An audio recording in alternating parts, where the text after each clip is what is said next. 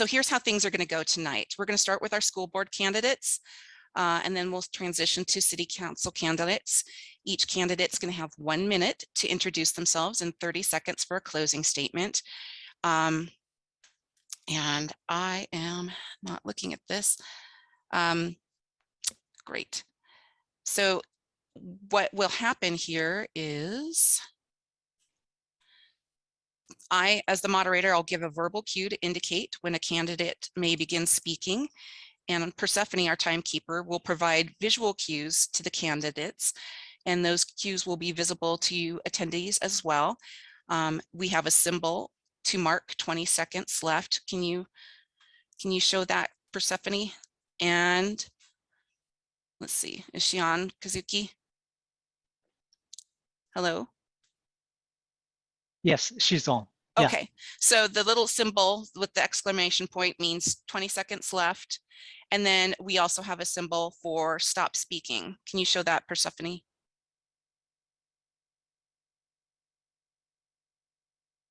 I don't see her. Yeah, she is. Yeah. Okay. She showed it. Yeah. Okay. So sorry. So we have asked our candidates to please be mindful of their allotted speaking time. I know it's not a lot, but just so that everybody has an equal amount of time. Okay, so with that, I think we're going to go ahead and we will get started with our Bellevue School Board. And what we're going to do is we're going to start with intros. Starting with position 3, we will go Faye Yang first, followed by Joyce Shui. And then position 5, Jane Aras first, followed by Gregg Smith. So Persephone, do you have your timer ready for 1 minute, please? Yeah, she said she's ready. All righty. So let's see. All right, Faye, your time begins now.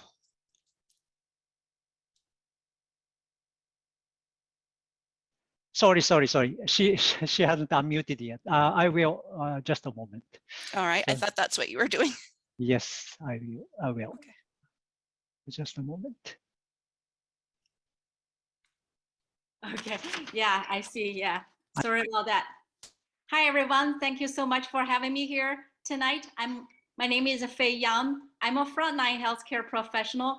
I have been involved with many parts of Bellevue School District. I led lunch reform, was part of equity discussion, volunteered every week for years. My kids have been in dual language programs and Title I schools. I'm here because last year, my special need child really suffered from academic loss and social emotional trauma from the extended school closure, just like many other students here at Bellevue School District. I vowed to make sure that our district serves every child and meet their needs. Let's create a community based on transparency, excellence, and accountability. I'm endorsed by more than 400 local parents, and I'm ready to do the job. Thank you. Great. Thank you very much, Faye. All right, Joyce, are you ready? Let's see. Your time begins now. Oh, she's still muted. Wait, Kazuki, she's still muted. Go ahead, Joyce, please. Okay, hi, I'm Joyce Shui. I moved to Bellevue in 2003, and I love kids so much that I have 4 of them. One is a UW graduate, one is at UCLA, one is a freshman at Newport, and one is at Tillicum. I'm an attorney with a long history of caring about kids and education. When I earned the Puget Sound Journal's 40 Under 40 Award, I identified my 3 top drivers as children, education, and technology. I volunteered weekly in schools through 4 kids. I've also run businesses. I've argued in court as an attorney. I've helped pass 2 of the nation's first clean indoor acts for the city of Cambridge when I was a student at Harvard, and also for King County at the beginning of my legal career. I've also testified successfully on behalf of legislation in favor of children and served on 2 governor task forces. In short, my experience bringing calm to chaos and thoughtfulness in controversial situations makes me the right candidate for school board position number 3. I look forward to bringing my skills to the school board. Thank you. Great. Thank you very much, Joyce. Okay. All right. Hi, my name is Jane Aras, and I'm a parent, educator, and advocate. I have lived in Bellevue with my husband for 25 years and raised our 3 children here.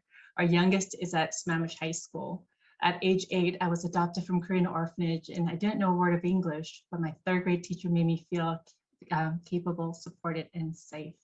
Ever since, I've wanted to provide the same for all children. So I became a general and special education teacher and taught students with special needs, mental health issues, historically marginalized, new immigrants, English language learners, as well as highly capable. As a parent and advocate, 16 years ago, I demonstrated to BSD that elementary school students can learn and excel at computer programming, which is the standard across our schools today. And since I have organized a host of other free programs in our schools and have been active on numerous BTSA school and district level committees, I understand our community, especially those needs have not been met. Great. Thank you very much, Jane. All right, let's see. We are moving to Greg, who needs to be unmuted. Yeah, I'm unmuted. Okay. Greg, go ahead. Your time starts now. Hello, my name is Gregg Smith. I have 2 girls who until recently attended Jingmei Elementary, the Mandarin dual language school right here in your neighborhood. Neither my wife nor I speak Mandarin, so when the district went remote 2 years ago, my youngest, who was in kindergarten, was sent home with an iPad. This was a horrible experience since 90% of the class is in Mandarin. This continued for nearly 2 years, learning virtually nothing. COVID is serious, but the emphasis should have been on getting our children safely back in school. Once teachers were fully vaccinated, why did union leadership continue to keep our kids out of school? We were last in the state for learning opportunities. Learning and social emotional loss were huge. BSD has lost 3,800 students, nearly an 18% decrease. Imagine the budget issues that we're going to have. I'm running for school board because I never want this to happen again. My opponent was selected, funded, and promoted by union leaders. How will my opponent remain impartial on issues like selecting the next superintendent?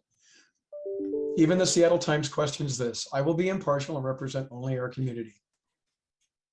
All right. Thank you very much, Greg. Alrighty, now we will move to our first question. And this first question, you'll get 60 seconds or 1 minute to answer. We'll start with position 5, Greg first, followed by Jane. And then we will move to position 3, Joyce, followed by Faye.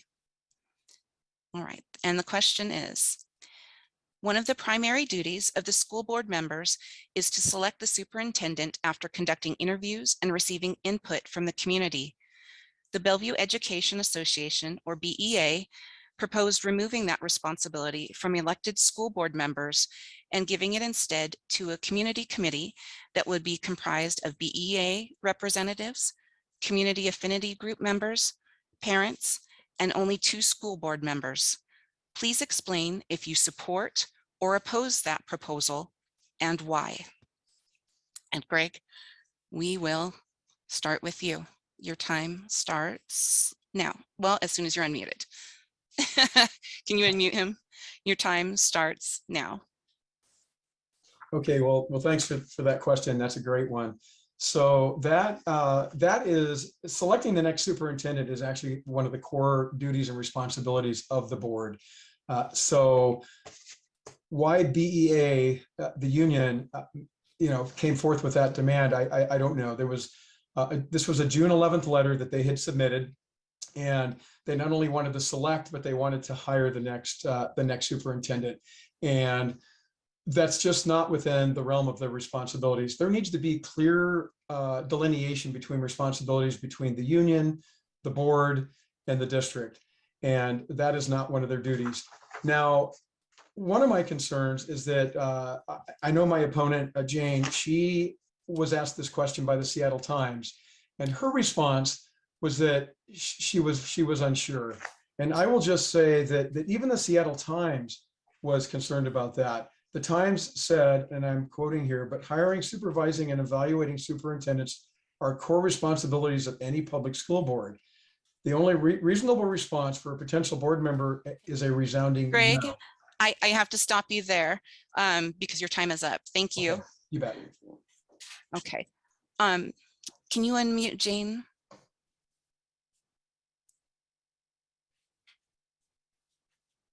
All right, we need, no, she's still muted.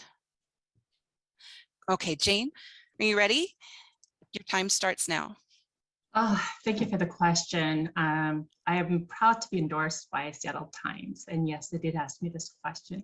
And I made it very clear to them that I will follow the law as it is presented for a guide, which is a guidance for the school board and what we can or cannot do, which means that yes, I will make sure to do my job to the fullest as the law states. Now, as regarding the letter was presented by not just the BEA, but the larger community as a concern. My job here as a school board is to make sure that we provide and address and focus the energy towards our students. So yes, I will do everything in my power that each and every child, their needs are met and that we will not be pushed aside by these divisive remarks that's brought to me or brought to the community by my opponent.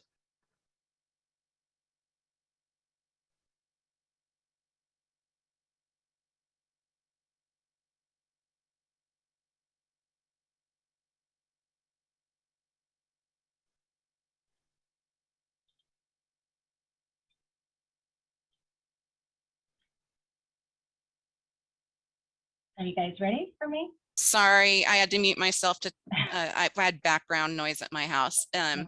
So yes, Joyce, go ahead, please. Okay, great.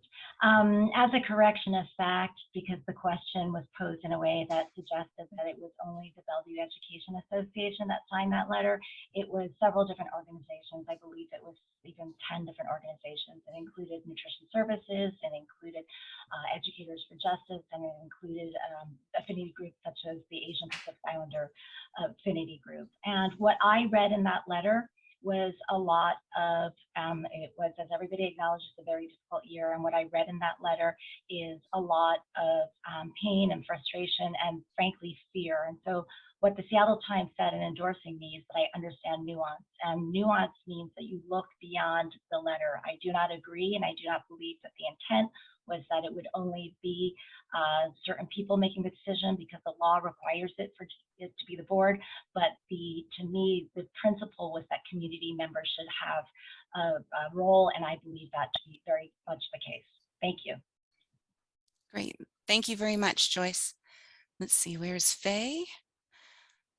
Is Faye ready? Okay, we just need to unmute Faye. Okay, Faye, are you ready? Your time starts now. Sure. Selecting the superintendent is a legal core duty of school board. Union protects the adults, while the school board protects the students. Regardless who else joined that statement, it was published on the BEA website. And without the agreement from the taxpayer, the BEA and its allies have no power to remove this duty from the school board. So I'm against this statement.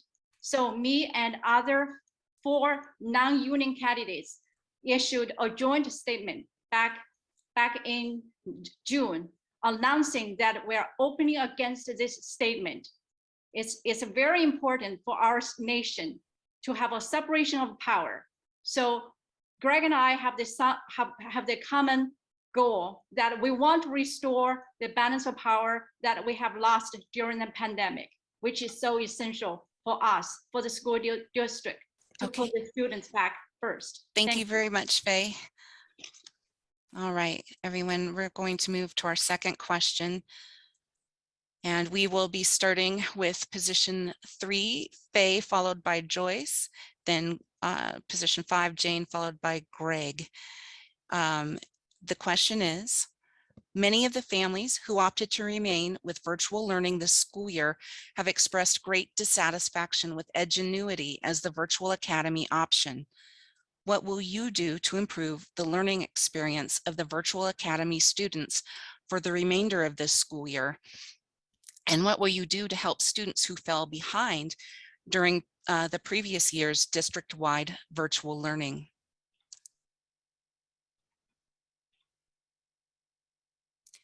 Alrighty. So we were going to start with Faye. Faye, go ahead, please. First of all, we need to examine how far we're behind. As we know that Bellevue School District, the union's actions resulted providing the lowest classroom hours compared to our neighboring school district, which caused 2/3 of students at risk did not meet their academic requirement. Also, there are more than 3,000 students. We lost the enrollment of 3,000 students compared to 2019, which created a budget crisis. So we need to examine how much behind our students are. Then we need to make a plan, feasible plan, how we're going to restore their academic loss. For the students who are learning online this year, I think we need to adjust the method we're using. There is no interaction between the online teaching and the learning this year. So we probably need to start on, for example, like I don't know the term for that. Maybe the students can learn.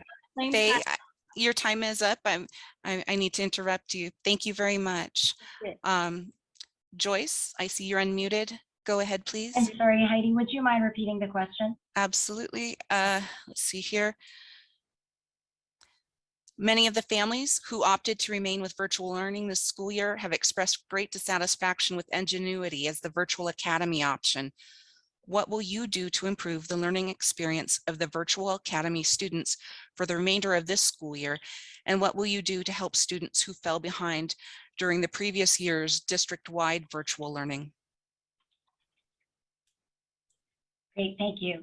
The Edgenuity students are facing, and there's somewhere between 650 and 800 of them, depending on who you ask and what day it is. So there's a lot of people and children in that situation.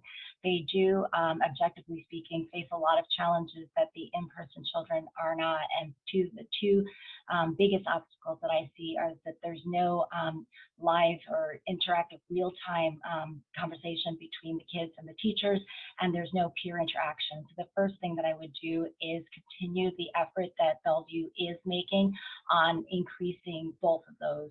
It's been virtually zero so far. They have now moved some teachers over to provide some of that teacher interaction and the social emotional learning, and they are hopefully doing and starting to, I've been in touch with them a number of times, and it appears that they will start to put more peer interaction and introduce students to each other. So that's the Ingenuity answer. Sorry, I've run out of time. Thank you very much. All righty, we are going to move over to Jane. And let's make sure that Jane is unmuted. Okay, Jane, great. Go ahead, please. It is unfortunate that we have chosen Edgenuity, which does not align with our in-person curriculum. So any way you cut it, it doesn't meet our standard, our vision, mission statement. And so there's a lot of work to do from this point forward to make sure that we close the gap between in-person and online program. Part of that, which the district is trying to work on, is to create that in-person interaction opportunity, which is the additional teachers for the online program. Unfortunately, it's been extremely slow and our students online are falling behind. The other component we need to do is work with OSPI and convince them that we need to do more and that the language needs to change so that we could shift and do more lateral work to support and give the freedom to our teachers and our district leaders to make those changes more freely. Great. Thank you very much, Jane. All right. And we need Gregg unmuted, please. Gregg, you're unmuted. Please go ahead. Yeah, this is a tough situation. I know it's not ideal with Edgenuity. Originally, the projected number of students that were going to be remote was pretty low. It was going to be, 100 plus, and I know that the number jumped up, and it's over 700 now. So that's a big number, and so that wasn't really expected. It happened towards the end because of the Delta variant. I've always been a huge proponent of choice. So when school was remote the last couple of years, I was really a proponent of offering an in-person learning because I thought, parents should have a choice between, if they felt comfortable having their kids in school, that they should have that as an option because kids thrive better in that type of an environment. But also, if parents felt that they needed to keep their kids out of the classroom, there should have been a good remote option. I feel exactly the same now. Now that kids are mostly in school with in-person learning, I feel that we need to have a better Great. option for. I need to stop you there. Thank you very much. Sorry. Then let's see here. We are going to.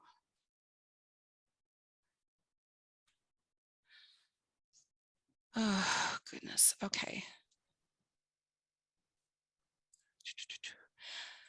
We are moving on to our third question. And we will be going in this order: Gregg, followed by Jane, Joyce, followed by Faye. So question 3. There are many paths to post-high school employment success besides college. And the district's career technical program, or CTE program, is a good start, but it's limited by the number and type of study options available at this time.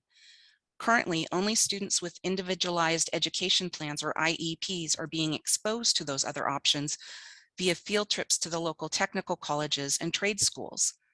How do you plan to ensure that all students are exposed to all post-high school opportunities in addition to four-year college options?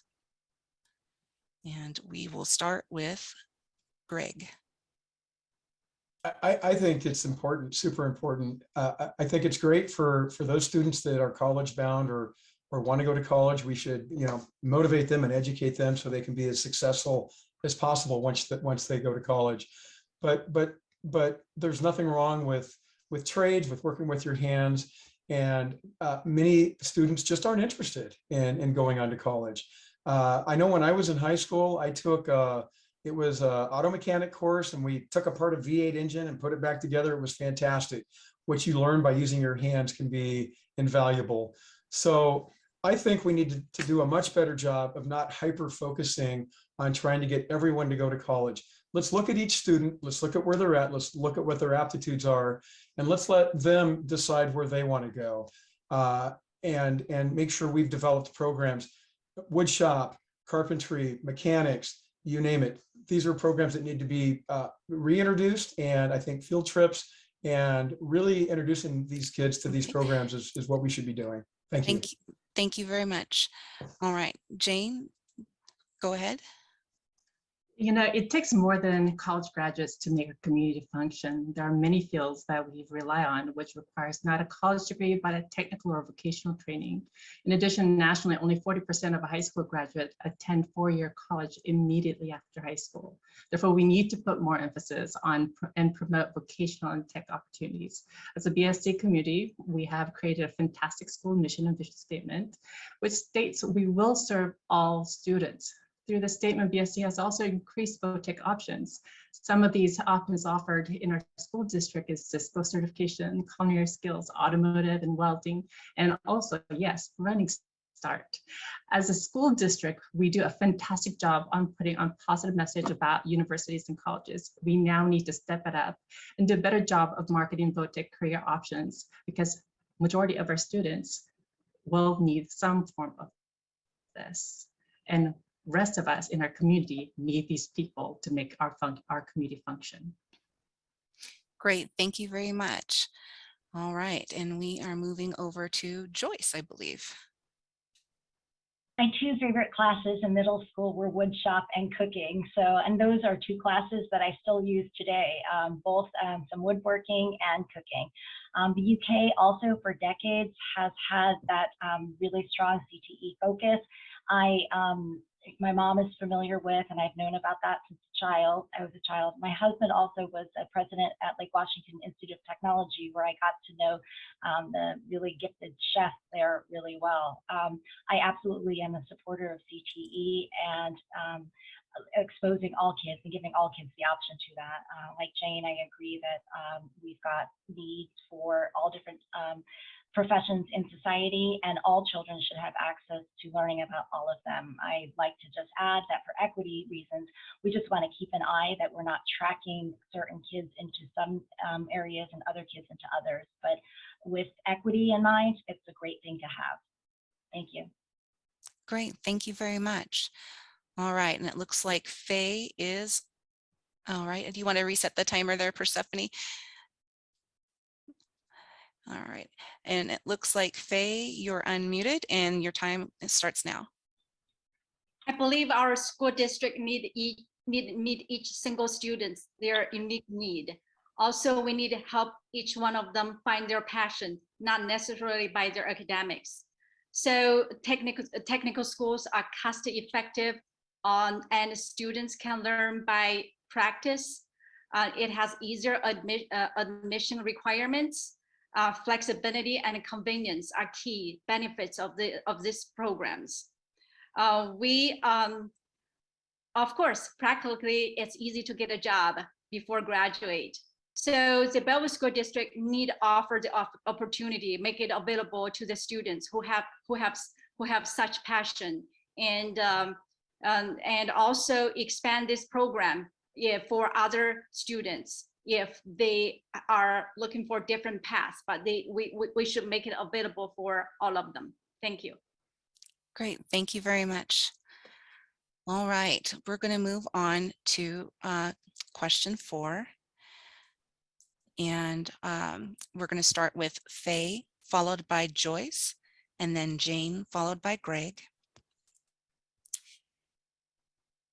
Oh, goodness. Let's see, wrong document, Heidi. All right, here's the question. Critical race theory, or CRT, has become a hot button issue around the country, including in the Bellevue School District. There's widespread disagreement about what critical race theory is. How do you define critical race theory, and do you support incorporating it into the Bellevue School District curriculum? If you do not support incorporating it, how do you propose teaching students about issues of racism and inequity and history that is inclusive of different points of view? Right. Yes, you may. The core idea of CRT is that race is a social construct and that racism is not merely the product of individual bias, but also something embedded in legal system and policies. And right now at Bellevue School District, there's no standardized curriculum that we can teach a student. It has caused a lot of confusions and divisions during its implementation in many school districts. In a recent survey from 20 metropolitans conducted by Manhattan Institute, the data showed 66% of parents of color oppose teaching CRT as compared to overall population, which stands at 54%. It is ultimately the parents, taxpayers, who should decide what their children need to be taught in school. So as school board members, we should reflect the community value, listen to the community input. Okay, thank you very much. I'm sorry to interrupt you. We are moving on to Joyce, who needs to unmute. There we go. Go ahead. Critical race theory is something I'm familiar with as a concept because of law school. I went through 4 years of Harvard, and critical race theory was not introduced because it is a graduate level concept and graduate level discourse. It's like asking elementary school students or K through 12 to talk about constitutional law or civil procedure. They don't have the knowledge, and they're just developing the critical thinking skills to even be able to get to the point to go through college and then get to graduate work at critical race theory. So my concern is that phrase is being bantered about in a way that causes divisions. I think that what we're really talking about is it's sort of a buzzword for people to talk about whether or not they support equity. I would say that we all agree on certain things, like history is the study of the historical record, that we teach the good and the bad to make it accurate, and that we don't want children to ever feel bad about themselves. And we all agree and start there, and we'll be able to teach about equity and race. Thank you. Great. Thank you very much. All right, we are moving over to Jane. Go ahead. All right. I think Joyce has summarized what my understanding of critical race theory pretty clearly, as it is a college level, a graduate level course. I don't believe that it is appropriate to teach or push that to a K through 12 program. Now, that said, I do believe that equity is something that we do need to address in our school, because we know that all students learn differently. And we need to ensure that each and every student is supported and nurtured so they can reach their full potential. I've dedicated myself to working with students from all different backgrounds, with all different abilities, along with all different resources, and meeting them where they are and walking with them and supporting them in whatever way necessary. I'm committed to equity and ending the divisiveness that pits us against one another. As a school board member, I will evaluate decisions through an equity lens, stand on my core values, and ensure that every student needs are met. Thank you. Sorry about that. I was No, that's all watching right. other things. Greg, I'm going to have you unmute yourself. Okay. Great. Your time starts now, please. Okay, yeah, critical race theory, CRT, it's a challenging concept at best. And the problem is that everyone has a different definition of it. It's a little bit of a slippery topic. I've been asked several times if I support it, if I don't support it. And my answer is that it's not a yes or no answer. It's really a conversation that we need to have with people. We need to understand the root concerns that they have. And I think we've all been saying this tonight, that in most cases that you can distill it down to a conversation on equity. And equity is something that we do need to be focused on. There are groups of students that have been left behind, and we need to make sure that they're not, that they're caught up. And each and every student needs to be evaluated based on their needs and what it's going to take to move them to be propelled to reach their maximum potential. So, so the discussion, I don't think should be around CRT, because it's. I have to interrupt you. I'm sorry, your time is up. Okay, thank you. Thank you very much. All righty. Let me move here. And we are moving on to question 5. We will start with Greg and then Jane, followed by Joyce and then Faye. Then question 5 is, the success of the school district is built upon the collaboration of district administration, the school board, teachers and other school staff, and parents and community members. During the past 20 months, communication has broken down and caused fractures that have severely impacted relationships between those various groups. What will you do to bring unity and cohesion to these groups so that the Bellevue School District can begin the healing process and refocus on successfully serving its students? And we will. And Greg, your time starts now. First, I think there's a lot of healing that needs to happen between all parties. I think trust and confidence have been lost amongst all parties. I think that there needs to be a clear delineation of roles and responsibilities. The board duties needs to be clearly defined, and the board members need to stay within the constraints of their duties. But that's also true for the union.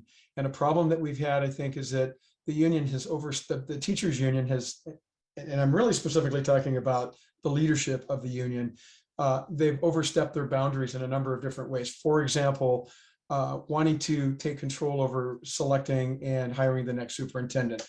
We just need to make sure that everybody respects each other's boundaries. What I would like to do to help build and heal is host town hall meetings where we can invite the community to come and participate, make sure that we hear everything that they have to say, and incorporate a lot of the input from our community. After all, that's what these schools are for, our community kids. I have Thanks. to stop you. Thank you, Greg. You bet. All right, and then we are moving on to Jane. This is a great question. I stepped up to run for this position because I had a very diverse and broad community members. A large number of them asked me to help bring our focus back to our kids and help heal. And with that in mind, I have gone through numerous rigorous endorsement processes to make sure that we have a partnership with and have a common understanding and have an open line of communication. And through that, I have been endorsed by many organizations and our parents, our paraeducators, our teachers, admins, our counselors, and so on. We can critique our structure as much as we want, but we cannot be alienating any portion of our learning community. We shouldn't be vilifying any of them. We need to work together, bring them together to the table, and put the focus back on our kids. And one of the things I've done is do that. I've been hosting Zoom meetings and creating better understanding. Thank you very much, Jane. We are now moving over to Joyce. Joyce, go ahead, please. Healing the community and the collaboration that you talk about starts with language. Language is a strength of mine as a lawyer and as somebody with 4 kids who relies on language to try to get my kids in the right direction every moment of the day. And speaking with respect and with transparency, with an open heart are the way to start the healing. I've heard a lot of rhetoric that's inflammatory, that are not I statements, and that is going to make it a lot more difficult. I've earned endorsements from, and I'm very proud of earning the endorsement from the Bellevue Education Association. It's an association that I had limited contact with until this last year, but I feel proud that I've been able to earn their trust, that I will listen. I think that doesn't mean, and they know it doesn't mean I will always agree, but being able to listen to all different groups, and I've got 20+ organizational endorsements, will lead to better collaboration and outcomes. Thank you. Great. Thank you very much, Joyce. And we are going to wrap this question up with Faye. Faye, go ahead, please. This is absolutely a great question. What happened last year is a disaster, and the students consequently suffered the most. The current school board used the balanced governance model, which didn't work well. So it's very important that we hire a world-class superintendent who has strong leadership. And also we need to define each party's duties and set up boundaries for each parties. And we need to set up the common goal that our students' interests should be put first. We need to heal as a community. We need to work together, not against each other, no more divisions, so that we can celebrate our school district again. Thank you. Thank you very much, Faye. All right, so what we're going to do here is we are going to move to our final closing statements for school board candidates. You will get 30 seconds each. We're going to start with Faye, followed by Joyce, then Jane, followed by Gregg. And Faye, if you're ready, please start. Thank you for having me here to talk with you tonight. As I said earlier, that I'm very passionate about making sure that every child in Bellevue School District can have success. I want to utilize my experience as a classroom volunteer, advocate for lunchtime, healthcare professional, and parent educator to lead Bellevue School District back to excellence. We have a long way to go dealing with the remaining COVID learning loss and social emotional suffering, but I'm ready for the challenge. Please let me, the independent candidate, thank you, your voice in the board. Thank you. Thank you. All right. And then Joyce, if you're ready, please. Go ahead. Sorry, I couldn't tell if I was unmuted. Thank you. Thank you for putting this forum together, and to the audience for being here. It's been an absolute honor, and it's also been an honor to be endorsed by, as I said earlier, the Bellevue Education Association, as also the Seattle Times, the National Women's Political Caucus, the Alliance for Gun Responsibility, Senators Wellman, Fitterer, and Hasegawa, Representatives Tai and Slatter. This broad coalition is something that I'm strong at building partnerships, and welcome everyone to the table, and I hope to earn your vote. Thank you. Thank you very much. All right, and we are moving over to Jane. If you're ready, please start. Thank you very much for hosting this forum. As we emerge from the pandemic and adjust to a forever changed landscape, we must address our community's mental health emergency and prioritize our social, emotional, and development for long-term success, and guarantee equitable access to academic excellence for all students. My unique background, professional experience, and collaborative connections within our community make me the leader our school needs now. My name is Jane Aras, and I ask for your vote. Great, thank you very much, Jane. And finally, Greg, if you're ready, please begin. Hi, I'm the dad that has been involved with my daughter's education from day one. From PTSA VP, ambassador for the last school bond, director of after school enrichment, leader of a school recess program to help isolated students, and much more. Last year, our district failed our students. BSD needs new direction and leadership. Students have suffered mental health issues, severe learning loss, and social deprivation. Our dedicated teachers have worked tirelessly without the appreciation that they deserve. I have the experience to refocus the district on what matters, our kids and their education. I will restore communication. Greg, please vote for me. thank you very much. And I wanted to say thank you very much to all of our school board candidates. I know we got started late and we've had a little bit of technical stuff going back and forth trying to get you unmuted and muted and that sort of thing. I appreciate that. And if you're watching this, this is my I'm stressed face right now because it's much easier for me to do this in person. But thank you very, very much for your time. And I want to encourage everybody because I am seeing some questions that are coming in to the hosts via the chat saying, can you ask? Can you ask?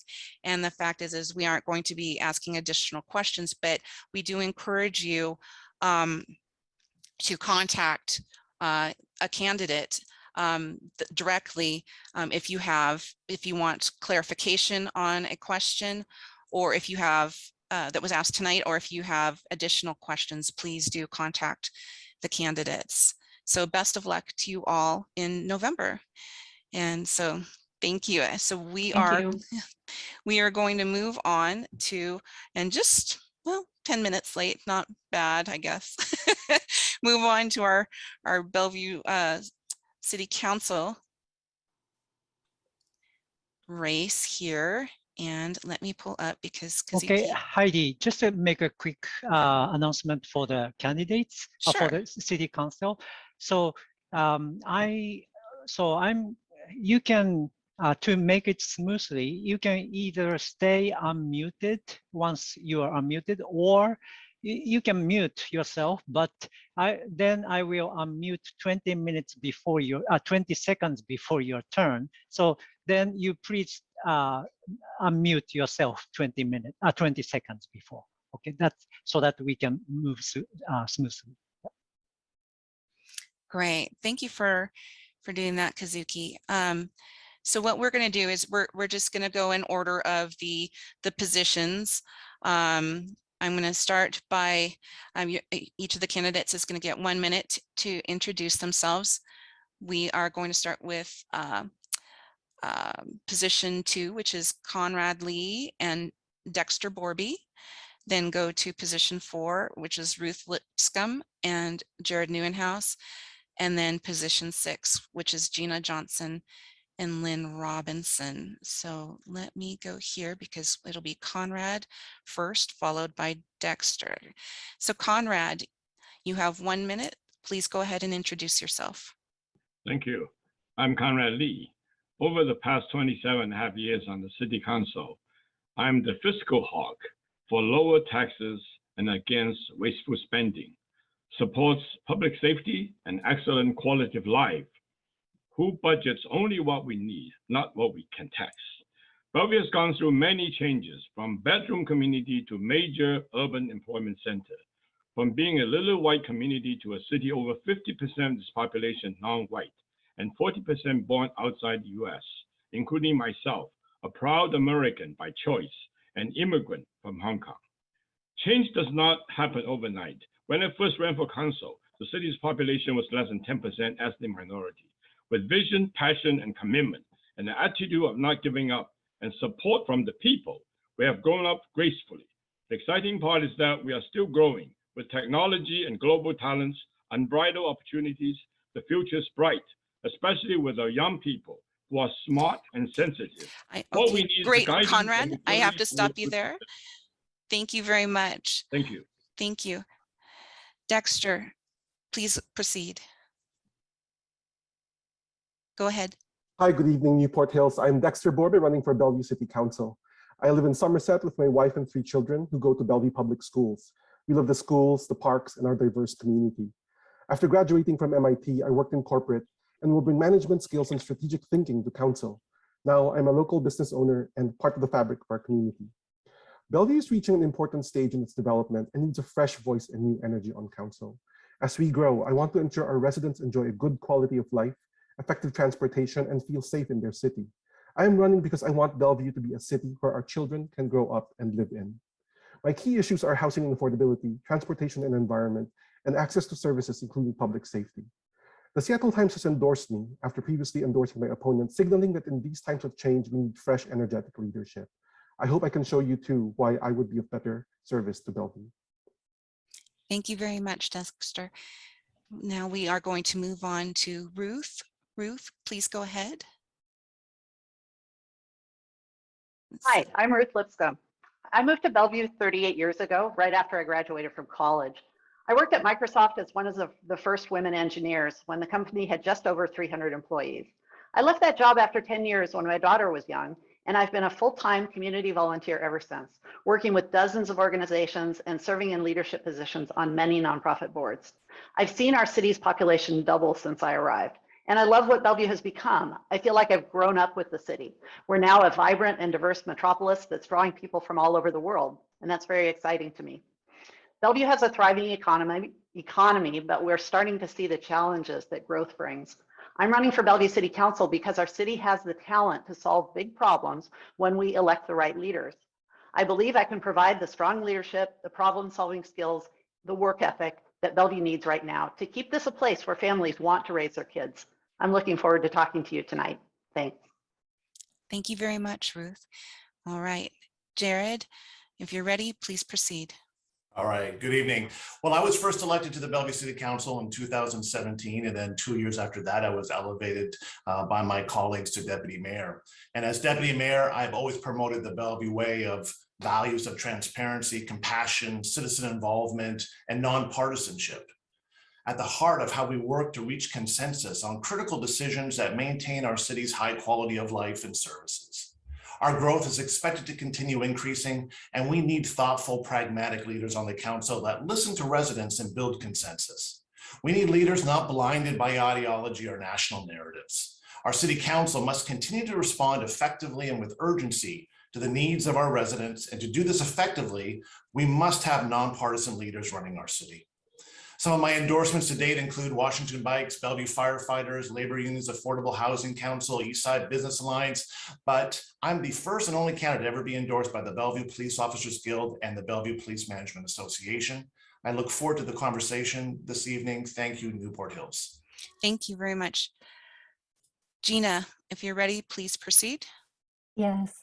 Hello, I'm Dr. Gina Johnson for Bellevue City Council, position 6, as a fresh yet experienced voice for public safety and economic opportunity.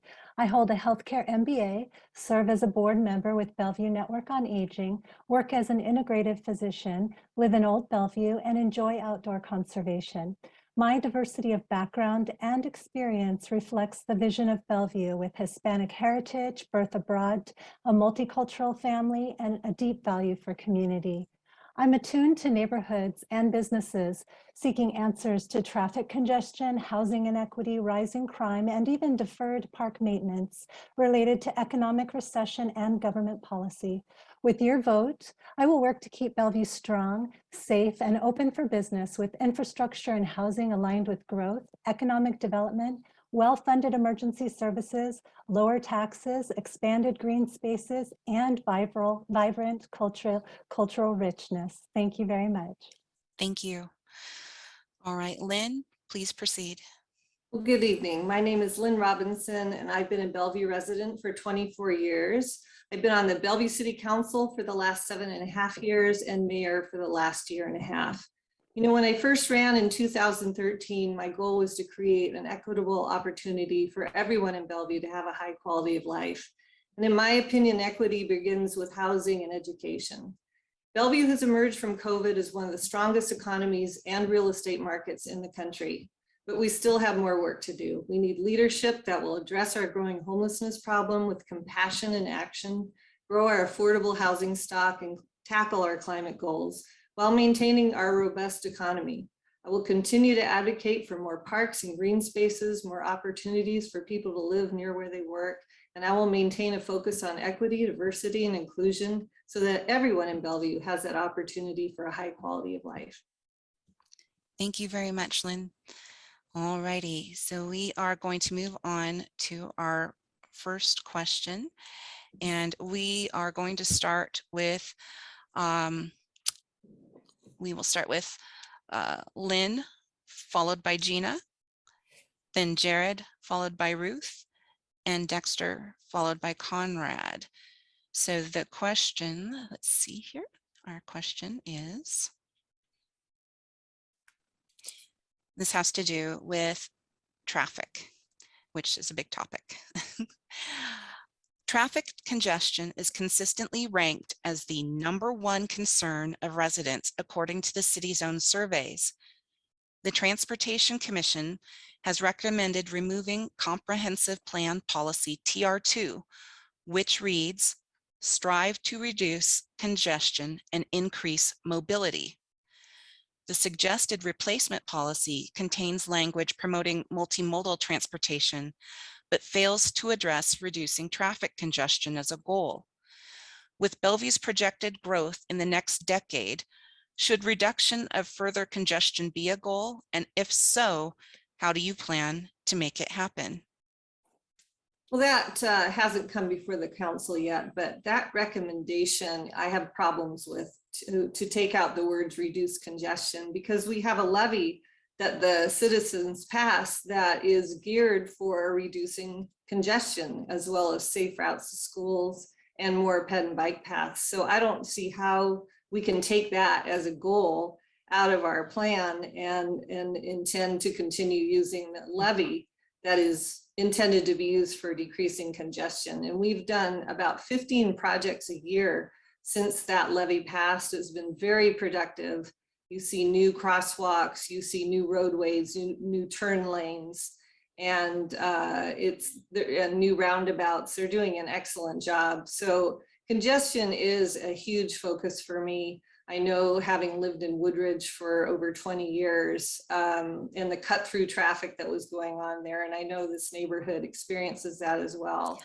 So it's something we definitely need to continue to address. Thank you very much, Lynn. All right, Jared, please begin. Jared, or do you mean Gina? Oh, I'm sorry. Gina. I'm just clarifying. Yes, Gina, please begin. Yes, thank you. So yes, traffic congestion is our #1 priority, and that will be coming up for a council decision in December. So this election is really quite critical, actually, in determining whether or not traffic congestion relief will remain as part of our comprehensive plan. And what I've been seeing is it hasn't been a priority. We've been shifting a focus more towards multimodal transportation already. For instance, 20% of our comprehensive plan or transportation budget has been going towards bikes and bike lanes, which really are only about 1% of users and less than that for women, actually. So yes, I would bring that back into the plan, the language of traffic congestion relief. It's very important. We need to improve the 405 master plan. We need more infrastructure aligned with growth, better roads, because we're shifting even towards electric vehicles. So we need to support that demand as well. Thank you. Thank you very much. All right, this time it's Jared. Jared, please begin. All right, thank you so much. Yes, you know, the voters in 2016 approved that neighborhood safety, connectivity, and congestion levy. And since then, we've invested more than 21 million to complete 51 projects citywide to upgrade bike lanes and sidewalks, crosswalks, safety improvements, congestion relief, and technology for traffic management projects. So the mayor is absolutely correct. You know, this has not come before the council yet, and we must maintain the fact that we need to reduce congestion across the city. It's clearly one of the biggest factors for residents. It's a clear concern. And, you know, that levy generated $7.7 million in revenue that was used to complete 16 different projects. We're on the right path. We need to keep going, but we desperately need to keep in the fact that we need to reduce congestion across the city. Thank you. Thank you very much. All right, Ruth, if you're ready, please begin. I think that we have to make sure that we're looking at the overall goal here. And the goal is to get people through and around our city when they need to go, where they need to go, no matter what type of transportation they use. And so I think that we can have a balance. We need to work on congestion, and we do have the levy, and we need to continue to look at ways to make those bottlenecks go away. At the same time, we need to be looking forward to the next modes of transportation, because with the growth of the city, we are not going to have unlimited space for more and more and more car lanes. So we should make sure that we are also offering pedestrian and bicycle access around the city. And so I would think that the council should look at that concurrency, and you know, I don't know about the particular wording, but we should make sure that all modes are handled. Great, thank you very much, Ruth. And I am moving to, let's see here, who are we moving to? We are moving to Dexter, please. Dexter, go ahead. All right, thank you, Heidi. Well, Bellevue is a city with about roughly 150,000 residents, but the daytime population is about 250,000, meaning net 100,000 people come to work or visit Bellevue every day. And it's going to get even worse, right? With HQ2 and Microsoft and Facebook and all the other growth and employment that we're going to experience, we absolutely need to manage reducing congestion in the city. Now, to do that, we need to do, it's not a either or problem, it's a yes and problem. We need to increase capacity both inside and outside the city. We need to work with our regional partners with neighboring cities on better ways to move people from A to B. We need to work on the key intersections on 520 and 405, as well as 90 and 405, to reduce arterial flow through traffic. We also need to work inside the city, turn pockets, and other ways to add more capacity. But Bellevue only has 32 square miles, and so we need to also think about more efficient ways to move people from one place to another in a very safe manner. So we need to. Thank you very much, Dexter. Thank you. Conrad, your time starts now. I would absolutely support congestion and mitigation of congestion. That is the crux of transportation, mobility, not just on the thoroughfares, but in neighborhoods as well. So the way to do that is, it's not really ignoring multimodal. It's important. We need to provide options, absolutely. And however, we have an immediate problem we have to solve, which is congestion. And it can be done by doing things like improving capacity. Like you said, the city and the public has supported using money additional to address these problems. And in the future, longer term, we need to be looking at using electric and using autonomous vehicle, using technology. These things would not do only just traffic congestion, but will provide safety as well, Vision Zero, and other benefits. Great. Thank you very much, Conrad. All right, folks, we are going to move to our second question.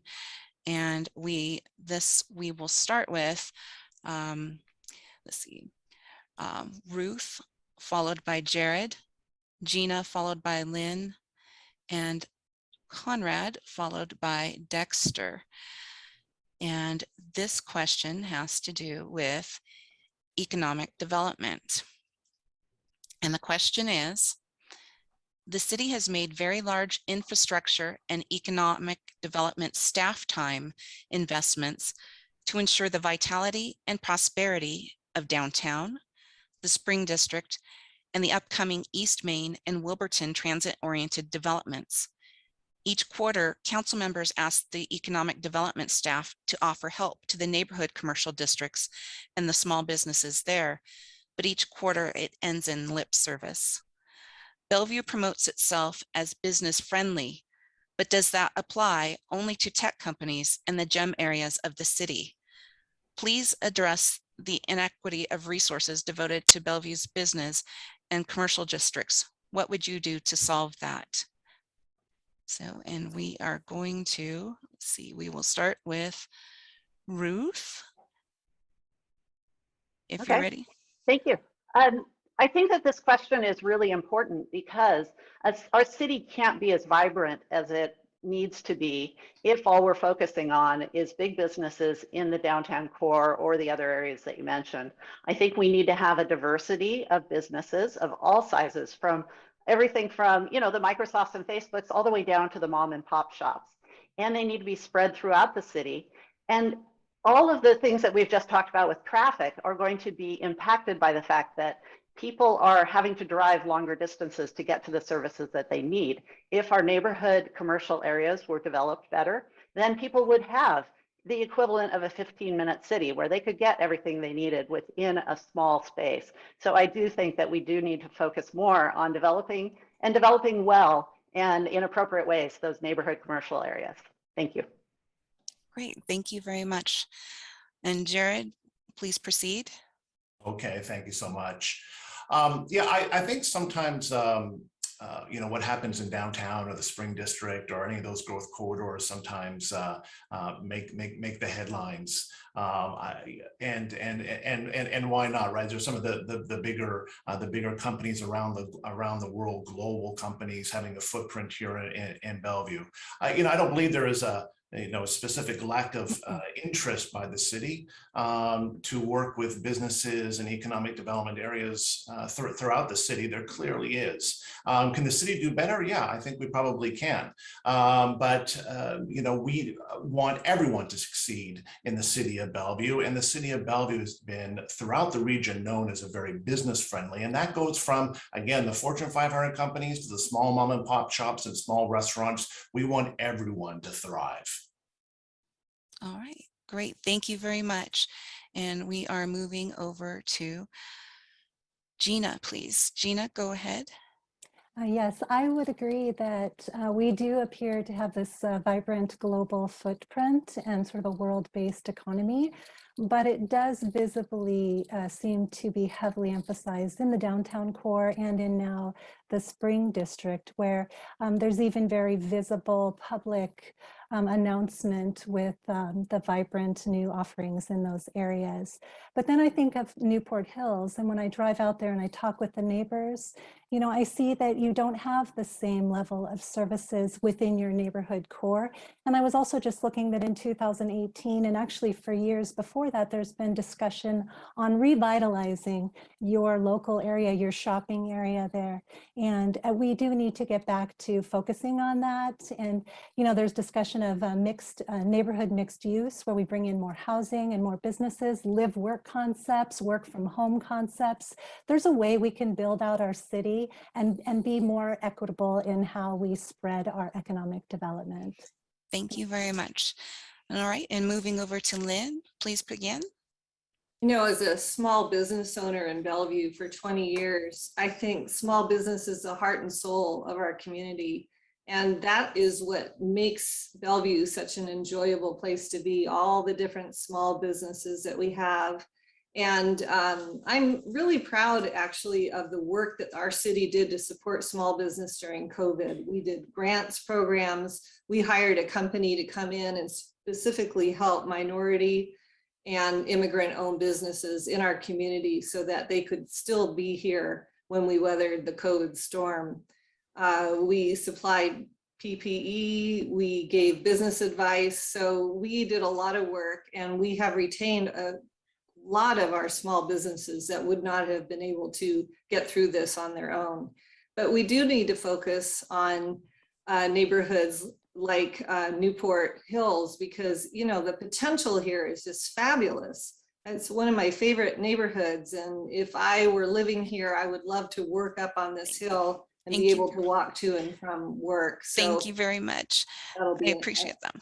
All right. Let's see, we are moving to, and Conrad, you are next. Please begin. Okay, thank you. Mayor Robertson took the thunder away from me. Bellevue is a small business. That's all what it's about. We have, of course, major business coming here. They came. We're very fortunate. Bellevue has been such a great place. People like to live here. We have such good quality of life, and people just want to come. But there's a lot more to do. We have to do more focus, such as Newport Hills that was mentioned. Small businesses there. It's a very unfortunate geographic location. We've been working for years trying to figure out how to make it work. And we have South China restaurant. I miss it now. Terry's Kitchen. It's great that we're still struggling to do something more about it, and we'll continue to do so. It's a challenge. In the meantime, yes, absolutely. When I was regional administrator for SBA, U.S. Small Business Administration, we also know small business is the key to our economic development, to our business. So as a result, we need to pay more attention. We need to work with them. And the pandemic has really indicated how much we are working. Thank you, Conrad. All right. Dexter, please begin. Hi, thank you.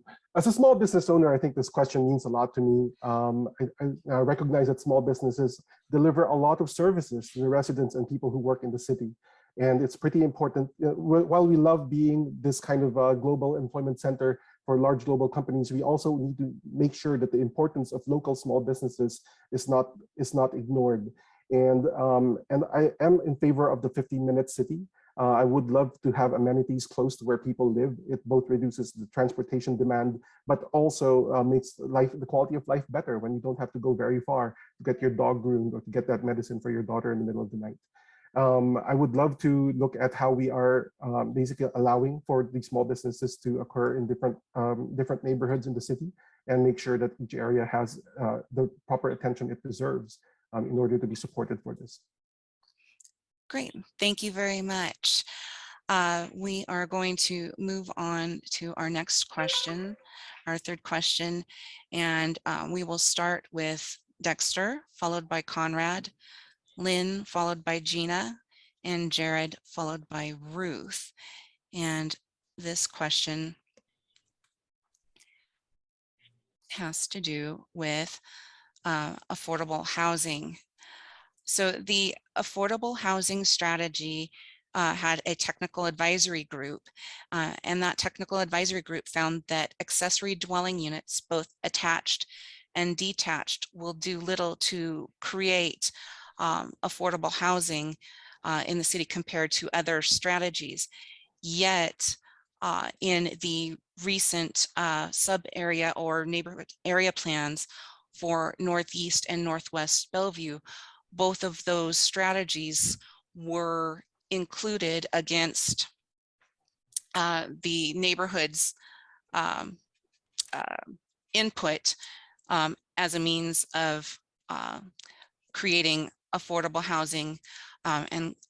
So what I would like to know is, excuse me, I have background noise. Do you support changing the zoning to allow affordable attached and detached accessory dwelling units in the single family home neighborhoods? And do you believe that it will increase affordable housing, that is an actual strategy for the city. And let's see, we are starting with Dexter. Dexter, yes. Well, thank you, Heidi.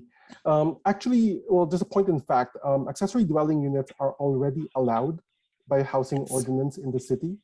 However, our ADU regulations are probably among the strictest in the region, right? When I contrast this, I look at Mercer Island, which has much more relaxed ADU. ADUs are not going to be, I think, the biggest factor in developing affordable housing. But I do think that we can normalize ourselves with what our regional partners are doing with neighboring cities.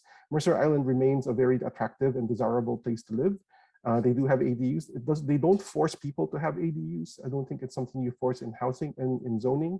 If we do that, I'm in favor of certain controls such as setbacks and daylight slopes, so that the neighboring neighboring homes will not be too negatively impacted by ADUs. But we do have it already. I think we can just normalize it vis-a-vis sort of our regional partners. It's not the biggest thing for affordable housing. It does add a few hundred housing units. Thank you very much. Point of order here. Thank you, Dexter, for pointing that out. I was not clear in my question, because you are correct that already attached accessory dwelling units are allowed. However, part of the proposal is lifting restrictions on owner occupancy and parking requirements. So in considering the questions, everyone, please consider what I'm asking is allowing the both attached and detached units without owner occupancy and the parking requirements. So I apologize that I was not clear on that with Dexter, but thank you for setting me straight. Conrad, I'm going to go ahead and let you answer this question. Yeah, housing, of course, is a big challenge, increasingly so. Bellevue has been looking at housing situation 30 years ago with Arch, and they've been providing housing to people who need them, starting with families, women in transitional situations.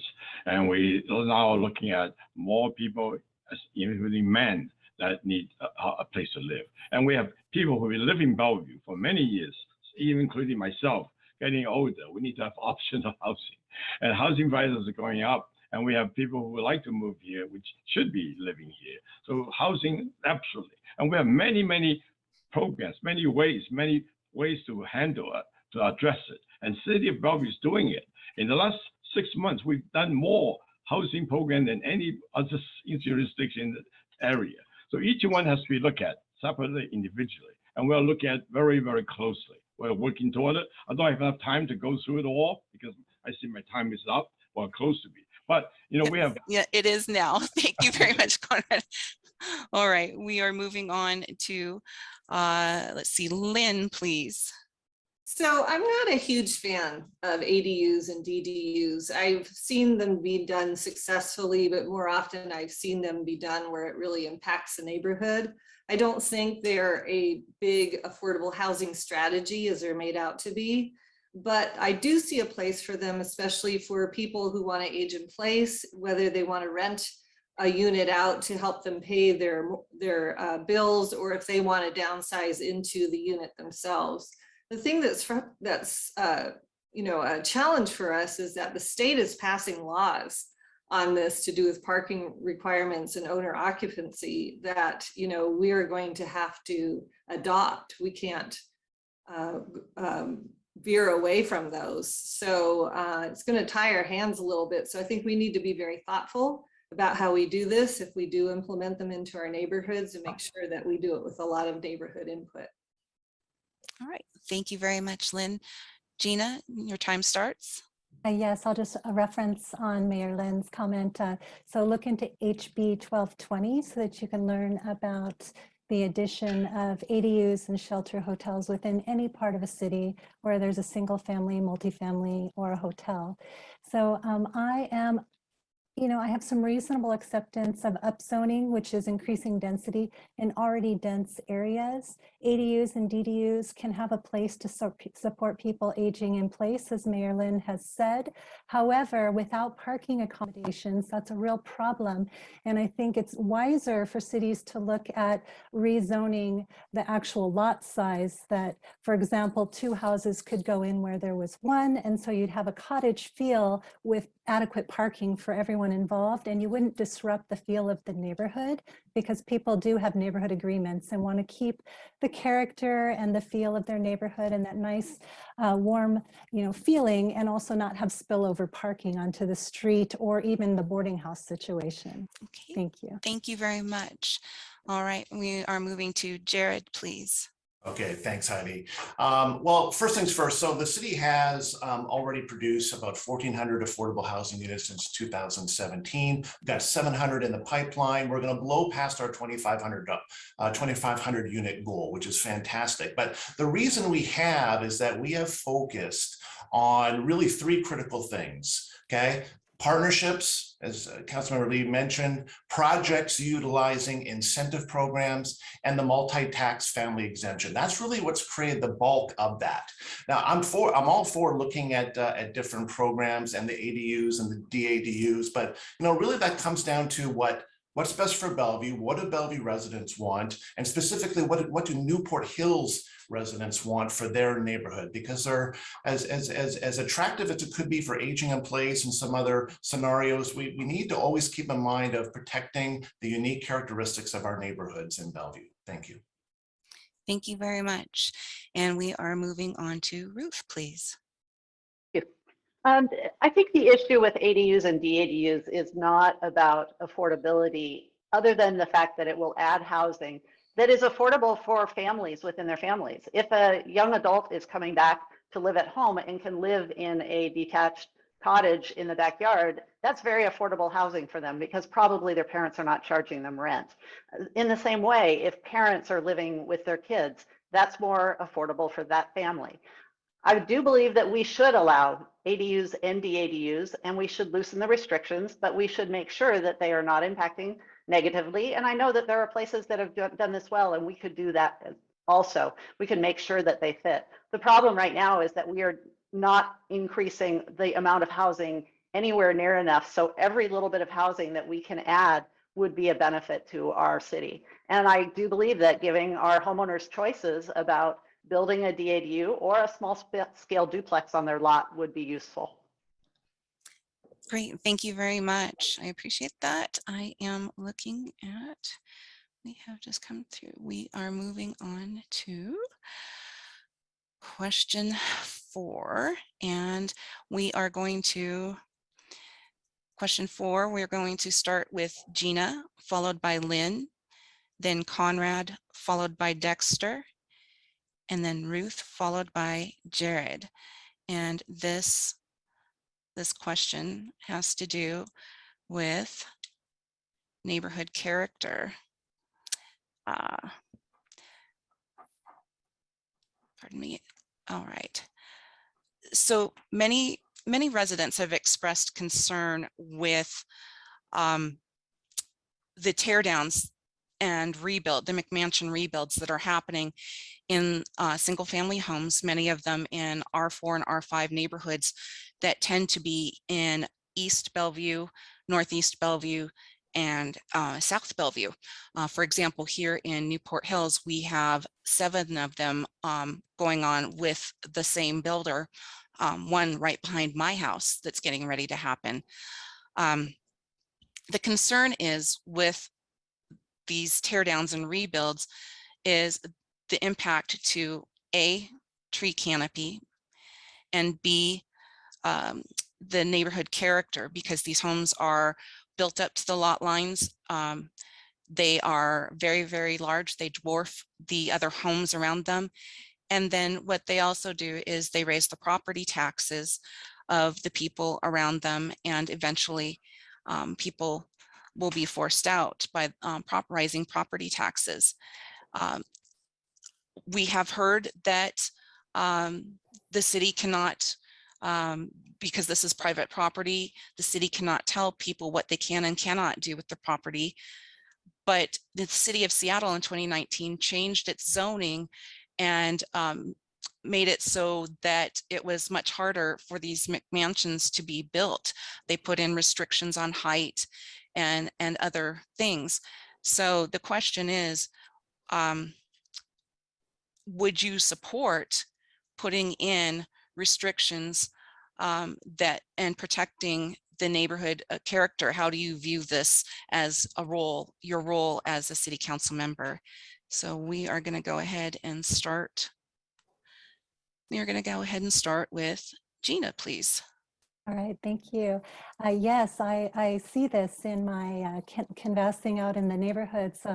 It's very visible within Lake Hills, Newport Hills, definitely many parts of Bellevue where we have these, you know, lovely smaller mid-century homes and cottages. And then there will be a very out of place, out of character home or row of homes that are very large boxes, so to speak. And sometimes their whole entire front lawn is now paved over and there's parking there and spilling out into the street. So it's hard to know what's going on, if it's an adult family home or a group living situation or single family home. So I don't know how the original zoning evolved, but it definitely disrupts the character of the neighborhood. I would be more in favor of smaller lot sizes so that if a house were torn down, 2 homes could go in there with, you know, adequate tree canopy, because tree canopy, there's such disparity amongst the neighborhoods as well. You know, we're losing our tree canopy, especially in some of the outlying areas. Thank you very much, Gina.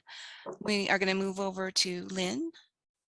You know, Heidi, I have not vetted this idea yet, but I think we can kill 2 birds with 1 stone by changing our tree codes when there is redevelopment. If we didn't allow developers to take out as many trees as we allow now, they wouldn't be able to go beyond the footprint that they already are in that far. And so I think that to preserve our tree canopy, to grow our tree canopy, as we're planting other trees, we really need to look at our tree codes and how come we allow these all these beautiful trees to be cut down whenever there's a redevelopment. And I think that by limiting that, it will limit the size of the new homes as well and retain the character of the neighborhood. Thank you very much. Let's see here. We are moving on to Conrad, followed by Dexter. Conrad, go ahead, please. Thank you. Bellevue is such a great place because of neighborhoods, because it's people who live in these neighborhoods. Bellevue is so great. I've been here for 54 years. We have our economic development downtown, but the rest of the Bellevue neighborhoods, each one has its own character. Each one that I live in, I've lived there for 50. We're able to preserve it. I think it's important. That's what keep people together, bring people together. And I think what we do, we need to consult with the neighborhood. I talked about earlier housing. Absolutely. The decision we make has got to be including people who are in the neighborhoods. And it has to be compatible. Just because some other city is doing it doesn't mean that it's right for Bellevue. Okay, that's the first question. We ask other people to give ideas, yes, options, but we need to make the decisions ourselves. And that applies to the neighborhood character, obviously. Thank you. Great, thank you very much. And Dexter, if you're ready, please proceed. Thank you so much. No, this is a big problem for me as well, because not only does it change the character of the neighborhood and reduce our tree canopy, it also reduces the available stock of affordable housing. You're taking basically what might have been an affordable starter home rambler and turning it into a mega mansion that very few people can afford. I am in favor of zoning and FAR, floor area ratio, controls in order to allow sort of more housing in the neighborhoods that doesn't disrupt the tree canopy so much. And I would be very happy to address this that way. I think the quality of the neighborhoods is important. I think the character of the neighborhoods is important. We have 16 different neighborhoods, and each of them offers something different to a Bellevue resident. So. Great, thank you very much. And we are moving on to, let's see, it looks like, I believe it was Ruth, followed by Jared. Okay, I do believe that the neighborhood character can be maintained. And I think that the way to do that is to change our regulations on what we allow to be built. Bellevue has some of the most lax height and setback limitations in the whole area. And I think that there can be a way that houses, if someone wants to rebuild, that they can rebuild without becoming a McMansion that is a blight on the neighborhood. I happen to live in a neighborhood where there are a lot of tear downs happening, but it is in a neighborhood where they are fitting in because the houses were already fairly large. This is something that we need to do on a neighborhood by neighborhood basis, but I do believe that we can set those limitations. The tree canopy is something that is very serious. Builders are coming in and clear cutting the entire lot because they can, even if those trees do not need to be removed for where the house will sit. So I think that we need to be very strict and we need to really amp up our tree canopy protection. Thank you very much. All right, and I'm going to move over to Jared. Please begin. Thank you, Heidi. Yeah, this is something that I hear from not only across the city, but in my neighborhood as well, in Lake Hills, one of the cities that seem to have been targeted by a lot of these redevelopments. And you know, and there's a lot of good ideas here, and ones that I agree with in terms of enhancing our tree canopy, protecting the character of our just wonderful neighborhoods across the city. You know, there are some restrictions, but they are you know, fairly lax. But I think really what we're talking about here is also just improving our enforcement as well. It is complaint based. You know, too often we hear when a lot is just scraped completely, we hear about it afterwards. So I think there might need to be more educating of developers and then more enforcement to make sure that they're not taking advantage of our leniency. But I also think that we definitely need to improve on the amount of trees that are left on those lots so we can, again, maintain and enhance our tree canopy, which is of critical concern for the city and for the residents. Great, thank you very much. Sorry, I lost track here. I apologize. All right, we are going to move on to our next question. And we are going to start with, well, Jared, we're going to start with you, followed by Ruth, Dexter, followed by Conrad, and Lynn, followed by Gina. And let's see here, our next question. Our next question has to do with, well, it's kind of a combination of things, public safety and homelessness. We got a lot of questions sent in to us asking about referencing the growing homeless population in Bellevue, particularly in the south end. It's very, very visible with a lot of tents going up in green belts, along trails, sometimes right out in the open. The public camping, the RV camping has increased on Southeast 41st Place next to Walmart. And people are growing frustrated because the public parking ordinance is not, the public camping ordinance is not being enforced along with the parking ordinance. We were first told it was the pandemic, but now, so what people want to know is, what is the city going to do? We're being told that the shelter that's coming in and the permanent supportive housing will take care of this. And we know that there is also going to be Lehigh, which is the low income housing institute, is buying the Days Inn up in the upper part of Eastgate. So a lot of the shelters and housing for a low barrier will be in the Eastgate area.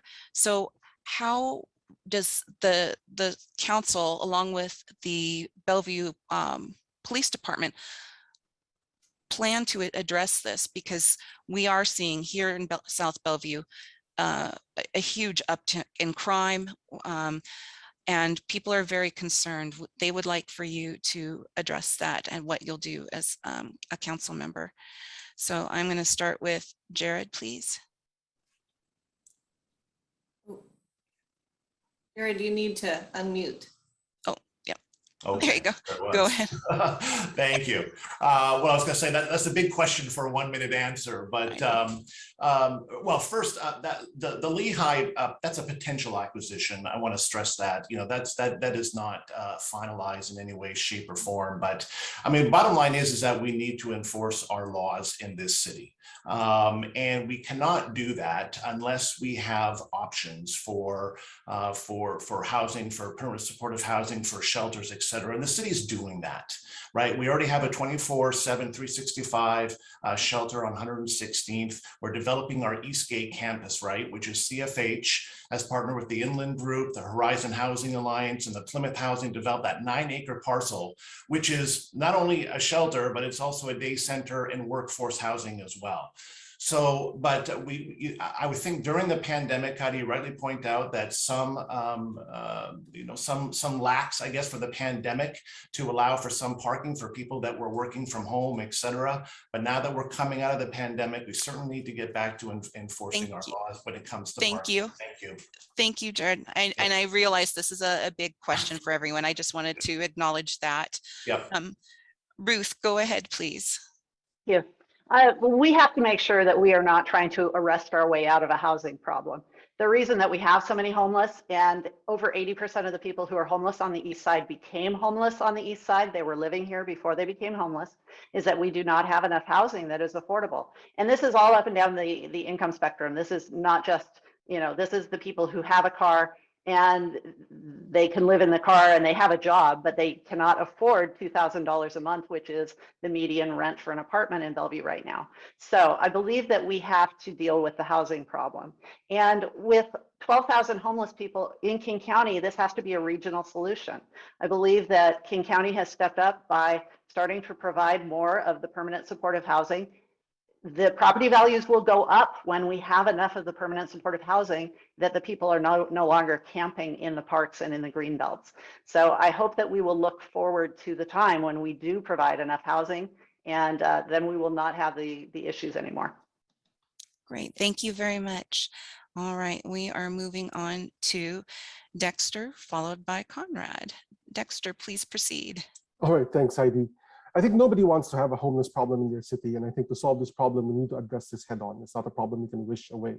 I support shelters and housing so that those sleeping in tents can be humanely be given shelter, and also put in front of a social worker, housing navigator, or mental health counselor to help them transition into more stable housing.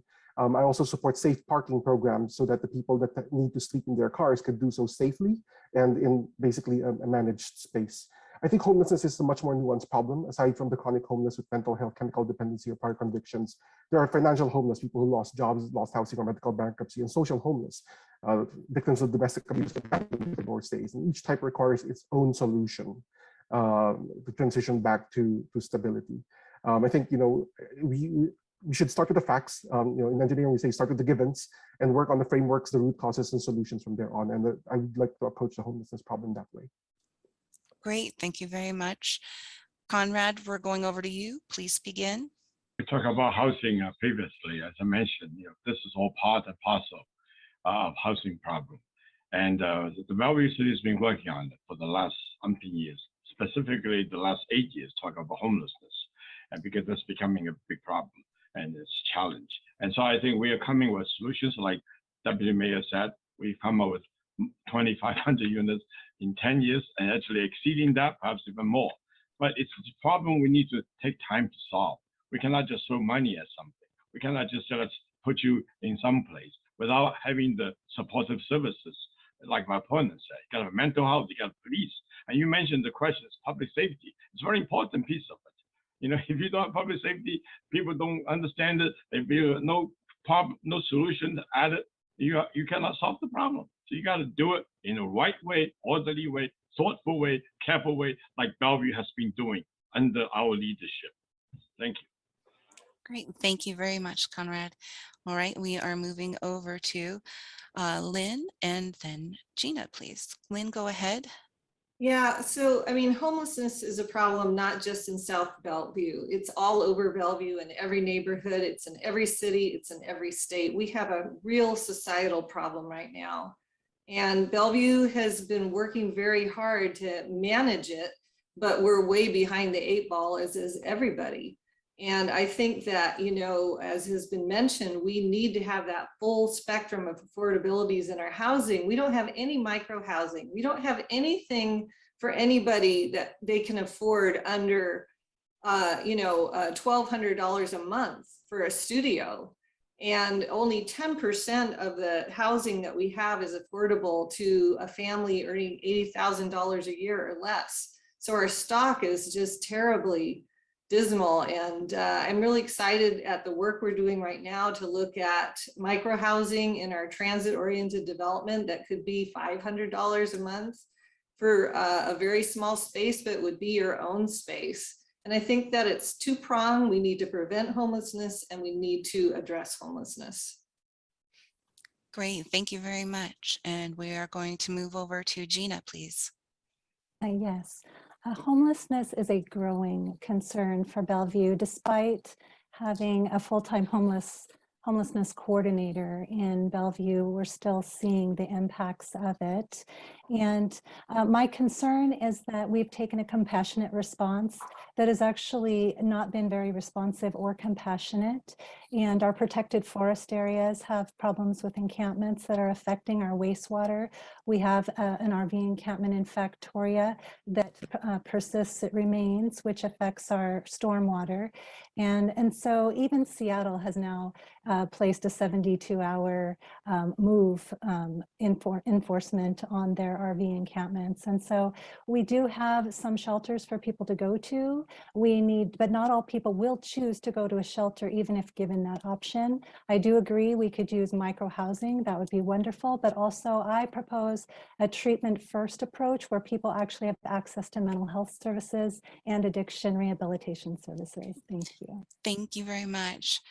All right, everyone, we're going to move on to our final question, and we are going to go in this order. We're back to the beginning. We'll start with Conrad, followed by Dexter, Ruth, followed by Jared, and Gina, followed by Lynn. And this has to do, this is a question that came from a lot of concerns that people brought up about our neighborhood shopping center and how it's been allowed to become run down, and also some of the whoops. Oh, I'm sorry. I thought I logged out of my meeting. And also the donation bins that sit on several of the commercial properties. So the question becomes the rights of the commercial property owners versus the rights of residential property owners surrounding those commercial properties. And where do the rights of commercial property owners end, and their impact, what they do to their properties or don't do to their properties? Where do their rights end and the rights of the residential neighborhood surrounding them begin? If a commercial property is allowed to decay or allow their donation bins to overflow, what is the city's role in that? I know people will bring up code compliance. We do have code compliance come out. It doesn't, sometimes it addresses the issue, and quite often it takes, and I'm looking at, I see Sharon Montgomery here, she and I both, we both use the My Bellevue app quite often, and sometimes it results in something and sometimes it doesn't, and sometimes it takes a long time. So I'm asking you, where does one right begin and one right end, or one right end and one right begin? So I will, let's see, we are starting with Conrad. Okay, thank you. Tough question. I'm just a quandary, as probably most of you are. We are working under a very tight legal system, and especially when we talk about rights.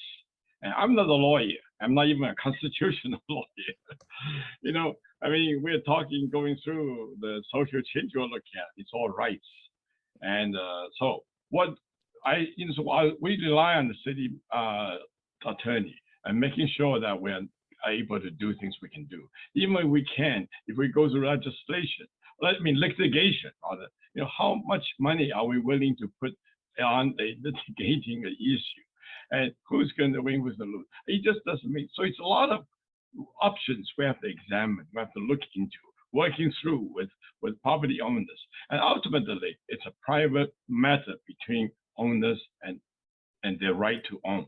And of course, there's a city's right ultimately, but they can challenge us, and we have to pursue that. So it's a tough thing. And I would like to hear other people, including yourself, to give us ideas. Okay, thank you very much, Conrad. Yes. I'm going to move over to Dexter. So please begin, Dexter. All right. It's tough. I think the matter of rights is going to be a legal matter that's, in tort law, not to say a constitutional law. But I think the root of the problem is basically, if a business is doing something that is degrading the value of the neighborhood, what are the obligations, or what can the neighborhood do? What can residents do in order to do this? As a small business owner, I would love to be the kind of business that listens to my clients and listens to my, be a good citizen in my community, and therefore then enjoy the patronage of the community that I'm in. I think I think in these matters the city can do is probably help mediate, right? Bring up these issues and mediate between the residents and the businesses. It's again, it's from a legal perspective, it's going to be sort of between the two specific parties, but I understand sort of the concern here, right? Which is that yeah. Okay, thank you. I think I appreciate that. Ruth, I'm going to move over to you, please. Okay, thank you, Heidi. I know that this is a problem I've heard from a number of different people about during my campaign, that have just reached out to me and said, what will you do about code compliance? Because they are worried about this. And I see a couple of different options. I'm not sure about the legal ramifications, but one is that the city actually should have the ability to go in and mitigate a problem and then charge the property owner for that work. And I think that we need to have a much more robust way of doing that. We might also find other ways that we can, put the thumb screws into a business by, say, not renewing their business license if they are not a good neighbor. And I think that would be a last ditch effort after some of these other things are tried. But I do believe that we do need to look, and not just for businesses versus neighbors, but for neighbors that are also not following the rules and the code compliance issues. So I think that we do need to look at beefing up our code compliance and making the My Bellevue app much more transparent about what's been reported. Great, thank you very much, Ruth. I'm going to move over to Jared. Thanks, Heidi. And Heidi and Sharon, if you do not feel as if the city is responding quick enough to anytime you submit something through the My Bellevue app, then please let me know. We're all about, and should be about, responsive government. So first off, I wanted to say that. Second off, absolutely, if the property owner is not maintaining the property and it's having a negative impact on the neighborhood, there should be obviously some factors in play there. We should take some, again, be it a fine, be it some mitigation that needs to take place, but there should be some factors there that we can work with the property owner. I think the bigger issue, Heidi, when we talk about Newport Hills, is we have to find the right developer to redevelop Newport Hills Shopping Center, something that I've heard from residents for many years, that they want a new shopping mall there, and you just need to find the right developer to bring that to Newport Hills. Thank you. Great, thank you very much. I appreciate that. I am going to move to, looks like Gina, followed by Lynn. Gina, go ahead, please. Yes, so I understand Newport Hills community interest in having a beautiful neighborhood to live in, to work in, to play in, to shop in. And I believe that definitely code compliance is a big issue. I would start with looking at good neighbor agreements. I mean, certainly we want to have, a plan in place for how you would like your neighborhood to look, and certainly getting together with the developers of your shopping center to make sure that there's an agreement. And I think that would be a win-win and work on both sides, and neighborhoods could also have a certain look and feel. But then you might have to have some mediation if that's not being met.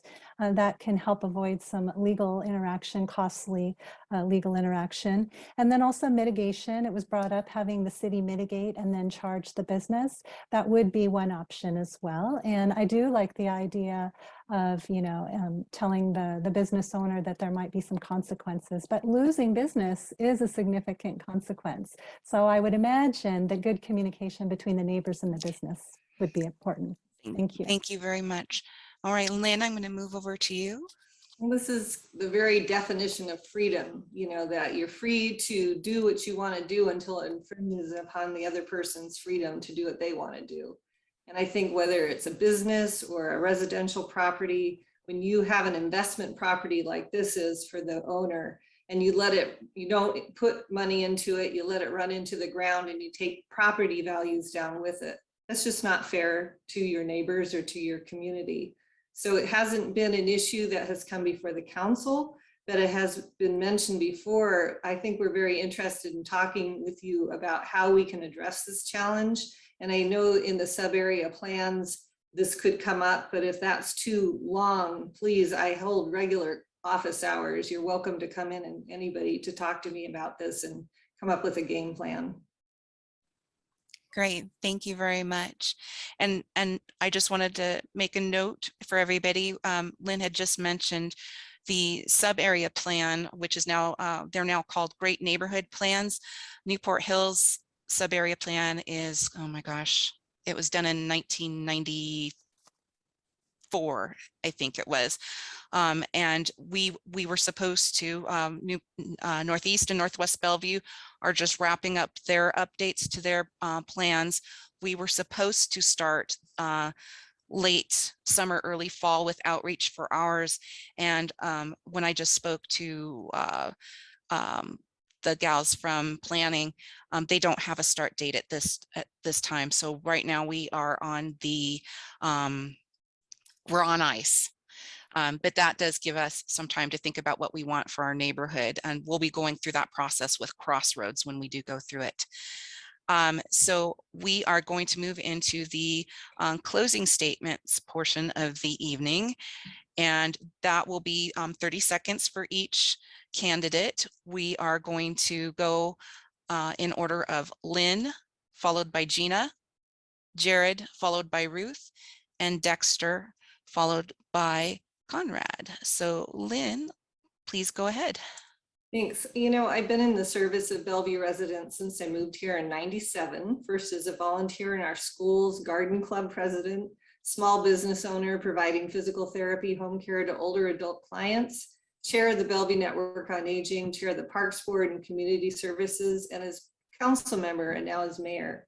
I love my city and I want to ensure that everyone here experiences a safe and welcoming environment.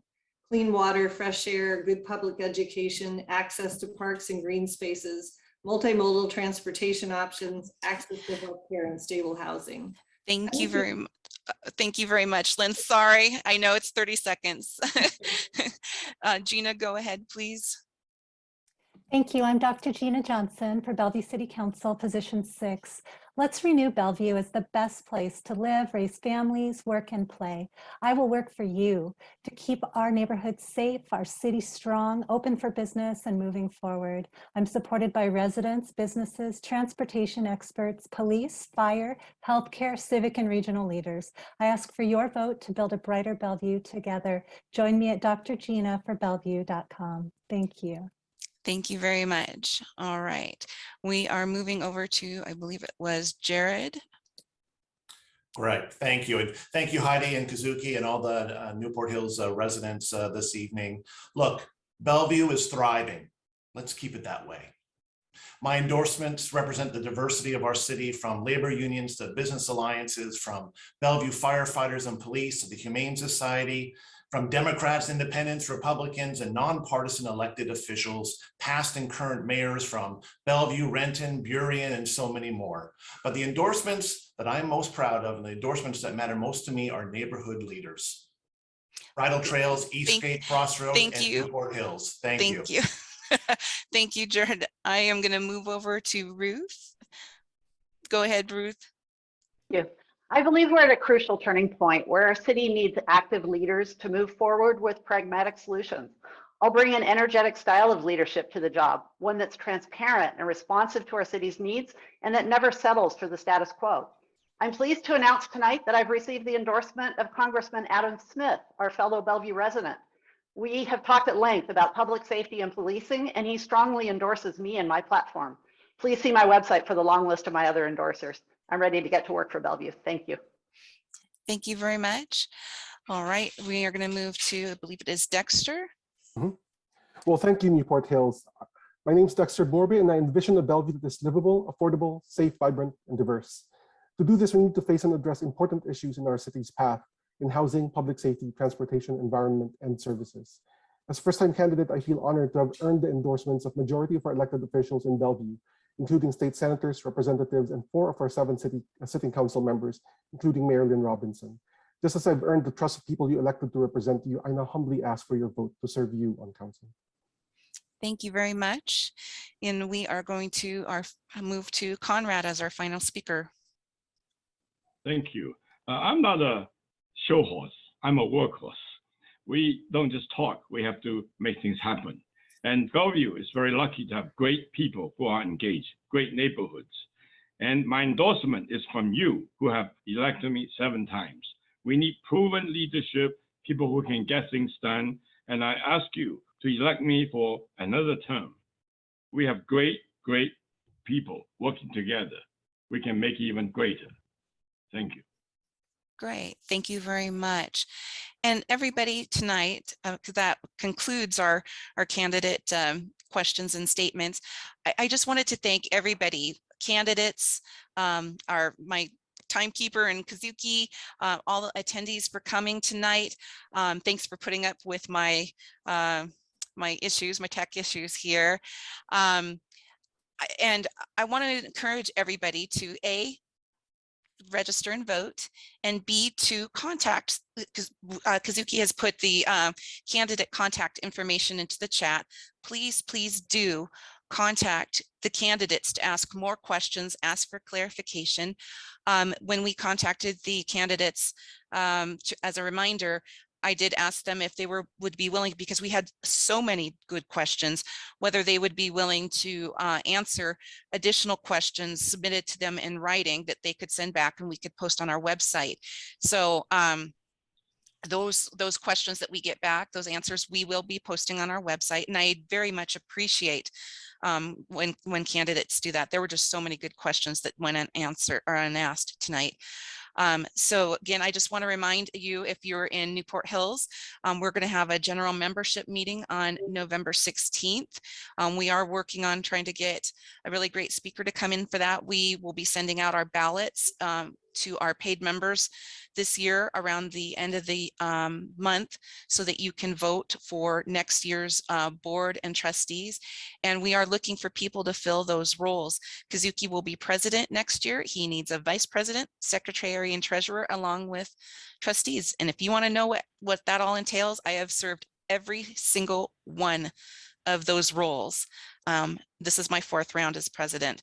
So, and I'm done. So just let me know. And you can contact us. Our website is newporthillscommunityclub.org. And our email is info@newporthillscommunityclub.org. So thank you very much, everybody. We're going to just hang out for about 5 more minutes in case anybody needs to write down the addresses for the candidates. But everybody else, if you feel like going, that's great. Have a great evening, and best of luck to every single one of our candidates. You're all hardworking, and as I said, a tip of my hat to you. Thank you.